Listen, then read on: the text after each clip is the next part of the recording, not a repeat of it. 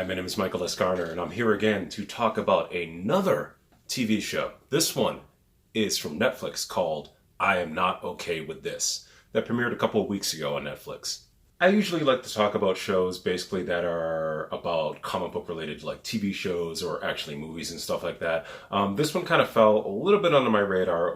It kept being advertised on Netflix, and I was like, you know what, I'm just going to give it a shot. It was a teen sci-fi type drama type comedy type thing, and when I watched it, it definitely was all of those things. A little bit confusing at times, to tell you the truth, because this had shades of so many different things in it that I don't even actually know what to possibly make of it, like what type of tone that they were going for, because they basically put everything in this show. I'm going to be right off the bat, I'm just going to fast forward right to the end and say, I do recommend this show. I think that people should watch this show because it's a quick watch. Each episode is like 22 minutes, just like a half an hour TV show without commercials. And I do think that they did a good job. It was just some things are good, some things are bad, some things just made me roll my eyes. And I just want to discuss that. And first of all, I just want to go to the good parts first.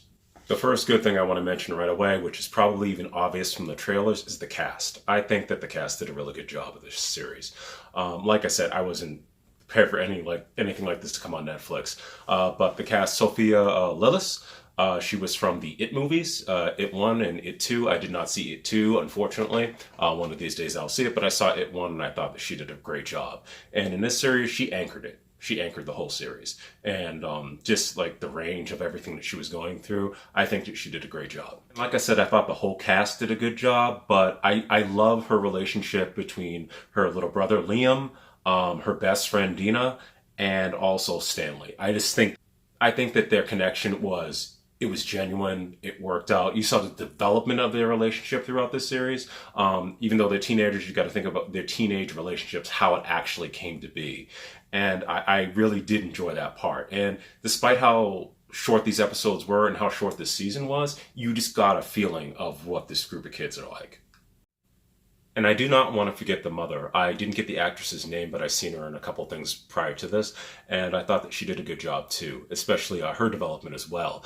You'd think that she just played basically the mother of a teenager role in this whole story, but then towards the end you get to see where the connection is and how deep this is actually probably going to go in the future. All in all, I just enjoy the classic teenage TV show vibe.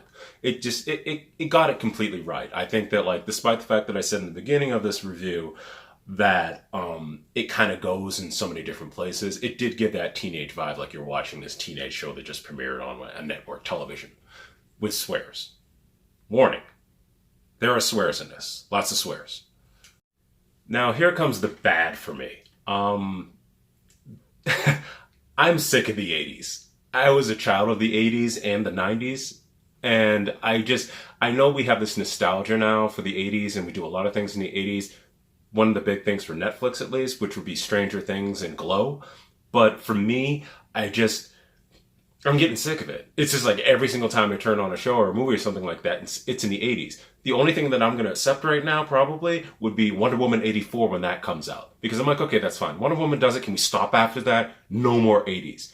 But surprisingly, when I say that, this show does not take place in the 80s. And I thought it did. I missed so much stuff in the beginning of the show because I'm like, this is typical 80s, blah, blah, blah, blah, blah. Because they made it look like the 80s. They made it feel like the 80s. The cars are like the 80s. But you find out this is not taking place in the 80s. This is just a town that is a little bit, it has some history to it and everything like that. But even the characters, the way that they dress, certain things, it just felt like the 80s. I felt like I was in another Stranger Things.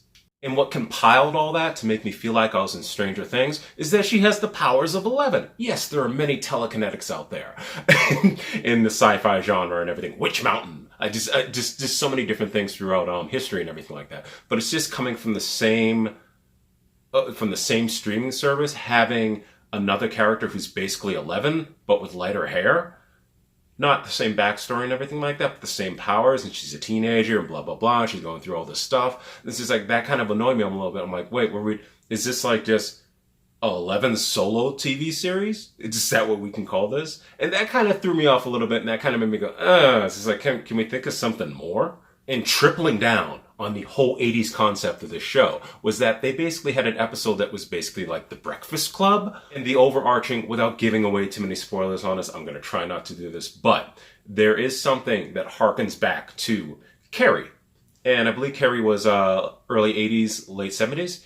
But it was really well known in the 80s and everything like that, Carrie the movie. So it's like you have something like that, which is a straight up horror movie, in the tone of this movie.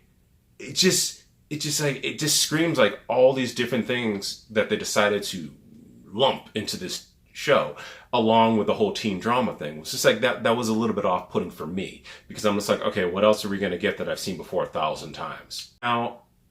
Now, I draw and write an online comic book that I've created myself. And I've done many things in that comic book where it would be kind of like a cliche origin story or something like that. But I try to actually take that cliche origin story and put my own spin on it. Without giving away too much, they've done almost the exact same thing here, but didn't really put a spin on it. They just said that was the origin. And that's kind of like, I don't know if the writing is just a little bit lazy, but that was a bad. As I said before already, I do think that this show is enjoyable. I do think it's worth actually sitting down and watch. It's fun. And go back and watch it a second time if you can get through it the first time. Because I did watch it a second time, and there were some things that I did miss. Especially that 80s thing, I didn't realize, like, just because it was so visually 80s, I didn't see the fact that they made references to now, right away, in a series. Yeah, that's all I can say about this. I think that the show, it's a good, cute show. It's a good watch, especially if you're inside and everything like that. You can't go anywhere. Yeah, check out Netflix's new show, I Am Okay With This, because it's good. Good watch. Fun watch. And once again, my name is Michael S Garner. I draw and write my own original online comic book called Visions of the New, which you can find at magicloud.com. And next time, I hope that you guys stay safe. And also, if you like this short review and you want to see more of my content, just subscribe to the video. Just hit that button down below and you'll be able to get updates and everything like that when I release a new video. Like I said, talk about comic book related TV shows and movies around here. So, till then.